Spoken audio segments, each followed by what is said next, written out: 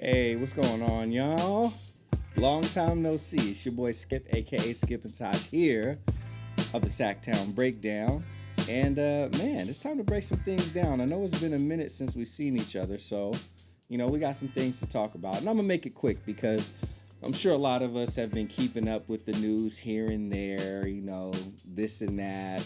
So I'm not gonna bring up. Usually I'll bring up the stats and everything. I'm not gonna do that this time around. Expect that in the recaps though, just like normal. But we got a little bit to catch up on though. So since we last spoke, we had a whole season last year that happened, and we were pretty close to making the play-in tournament. I say we would have made it if De'Aaron Fox didn't get COVID and missed the last, like handful of games in the season. I think it was like 14 games or something like that he missed, maybe a little more. And the Kings were playing good, and we had some, good gritty defensive players. We had DeLon Wright, we got Mo Harkless over, we got Terrence Davis. All happened via trades, which showed us being like better on defense.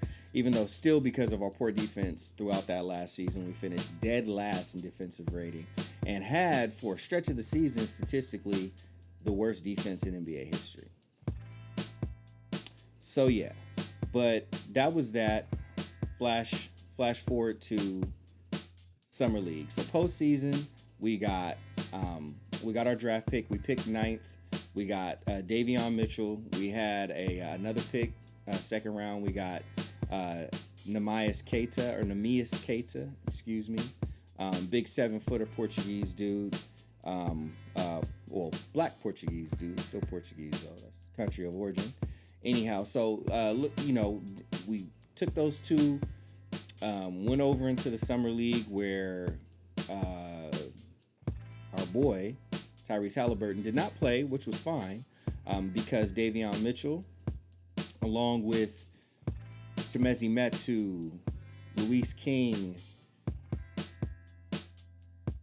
thinking of my man, name. I can't remember his name, but he had dreads and he was killing it. He was a big man. But anyway, we went undefeated in summer league and we won the summer league championship. Not the biggest deal in the world, but you take what you can get when you're a Kings fan. And it was nice to see a very gritty defensive team in there. Of course, the biggest thing that we saw is Davion Mitchell is as advertised. He was hitting three-pointers and he was just causing terror on the defensive end, just locking guards down left and right. We saw what he did with to Peyton Pritchard in the last game of the NBA Summer League. They call him off night for a reason, because when he's guarding your guard, they're gonna have an off night. Tyrese Halliburton said that he's glad that he plays on his team now instead of having to play against him. Of course, offseason acquisitions, we signed back up Mo Harkless, so Mo Harkless came back. We traded DeLon Wright because we were guard heavy, and we got Tristan Thompson, which gave us more girth, grittiness, and tough mentality down low. He came in and has been a great leader for the younger players. Paradigm shift, basically Amon Shumpert 2.0. Almost felt like the Scores were back in town a little bit with the way that he came in and was just really showing leadership, especially in media, from media day, on. We brought back Alex Lynn. Now, we had Alex Lynn last time we were speaking because we traded for him towards the end of the season, a full season ago. So we brought him back, which was it was really nice to have Alex Lynn back again. More girth, a little more toughness, true 7-footer down low. So he'll help with that. Set hard, good screens. And if people get in our player's face, he ain't gonna take no crap. So that's very nice to have. Very important as a team trying to establish themselves. As a team that's not to play with. And De'Aaron Fox almost hit a three. Sorry, game's going on. Anyhow, so we got those guys. Signed back up Terrence Davis as well. And, of course, the biggest person that we brought back Rashawn Holmes on a very team-friendly deal and also a very good deal for him. So it was awesome. Tyrese Halliburton just scored. Love that. In the paint, too.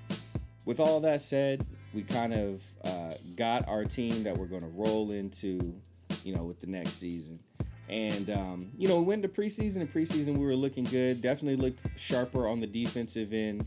Guys was having very, very tough, hard-fought practices. We saw a lot of that footage come out. Coaches weren't calling fouls. People just had to play through them. And it looked like, we were going from, Mr. Nice Guy, chill, team to, we hungry, we tough, almost out for blood type. And that's very important for us because if we just go from being the dead last to 20th, we're going to have a shot at the play-in tournament. If we go any higher than 20th on defensive rating, then we have a shot to make the playoffs. So that's that. That's where we're at now. Game 1, Sacramento versus Portland at the Moda Center out there in Portland. It's happening as we speak. And since we kind of got caught up on everything, or most things that have happened since then, I'm not really going to talk about the Marvin Bagley drama too much just because I want Marvin to succeed. He's a number 2 pick. Marvin, showed, good signs and some of the same bad signs during preseason. But overall, when he was spoken to, he said he's happy to be back, says he wants to be there, says he'll do what he needs to in order for the team to be successful. And I know there's some stuff that happened with a statement that his agent put out, and I'll just roll my eyes and I'm gonna look the other way. Because at the end of the day, for me, I'm not tripping off the court stuff too much. I'm more concerned with what's happening on the court. So he's healthy as of right now, and he's got a full season to earn higher pay and earn more minutes with the Sacramento Kings. And I hope that's what happens, because anything that's good with the Kings, anything that's good that happens with Marvin Bagley is good for the Sacramento Kings. And I want good things to happen for Sacramento Kings so we can get ourselves back into the playoffs in this playoff drought. If we don't make it this year, that will be an NBA record of 16 seasons not making it to the postseason. And we already tied that record. I don't want to hold that. We don't want to be the only ones holding on to that record. That's something that you don't want. So anyway, with that said, my season predictions is where I'm going to end things off. The way I see it, we have an opportunity to be better than Houston. We have an opportunity to be better than OKC. We have an opportunity to be better than the Pels, I believe. I don't even think they really have a point guard. And Zion's not playing for the first month, and he doesn't look like he's in shape he doesn't look like he's in physical conditioning shape that's going to really not just put points up and stats for his team, but that will help lead his team into the postseason. So I get them off the board off the top. Minnesota is tough. I don't think that we're automatically better than them. I think we have a better roster than them, but just their talent in the starting lineup, if they can just stay healthy, that alone can have them at least have a better record than us. And as far as San Antonio, I think we have a better roster than them too, but I mean, just about every NBA team has a better coach than us. And definitely Greg Popovich. I mean, Luke Walton couldn't carry Greg Popovich's, coaching clipboard. Like Pop is a way better coach, and I've watched us lose games to San Antonio just by Pop outsmarting, Luke Walton, just out coaching him.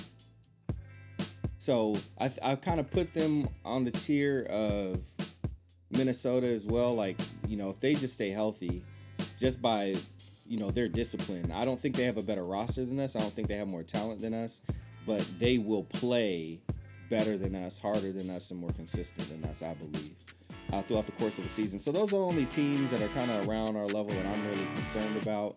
And D'Angelo Russell usually misses enough time because of his knees that I think I can see, that happening. And if Cat misses more than 20 games, I think that'll be enough for us to edge them out as long as we stay healthy. And health is going to be one of the biggest things for our team and for all three of those teams as far as which one's going to emerge past the rest. The rest of the teams I do have above us. I think that Memphis is a better team than us. They're coached better than us. They play harder than us. So I see them ending the season with a better record than us.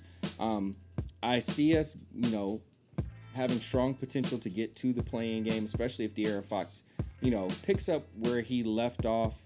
Because he had gotten player of the month and was like the best player in the fourth quarter for like 2 months in a row or something like that. So if he just picks up that steam a little earlier, let's say he starts doing that in mid-December, late December, versus starting to get there in mid-January, mid-February. If he starts getting there, then we got a pretty good. I'd say we have a really, really good shot actually, and making the play-in game. Some teams that could fall out. Really, the biggest one. I mean, Memphis, I feel like, is going to have some trouble just because there's so many teams that are better, and I think Dallas, might run into some issues. The Blazers too.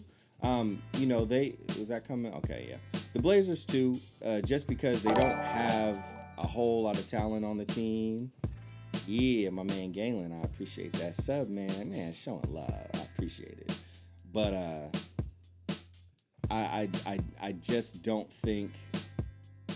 I don't know what Chauncey Billups is going to amount to as far as coaching this team. It's the first year with a new coach.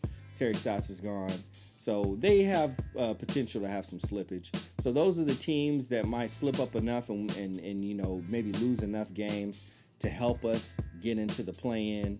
So teams that are on our level, like I said, I got San Antonio and I got Minnesota. We got to worry about them.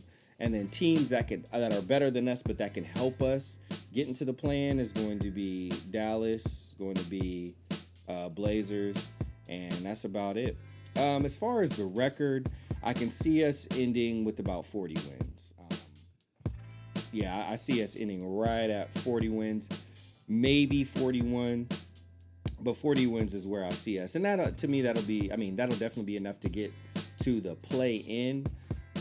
But once we get into the play-in, and that is the postseason. That's not the playoffs, but the play-in is the postseason now.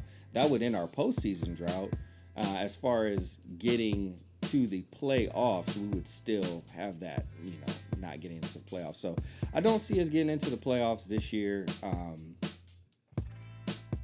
I think I'll have a little bit better of an idea in about 4 weeks from now and really seeing where our defense is and kind of knowing from there. But as of right now, I don't see us getting into the playoffs this year. I do see us having a strong chance of getting to the play-in.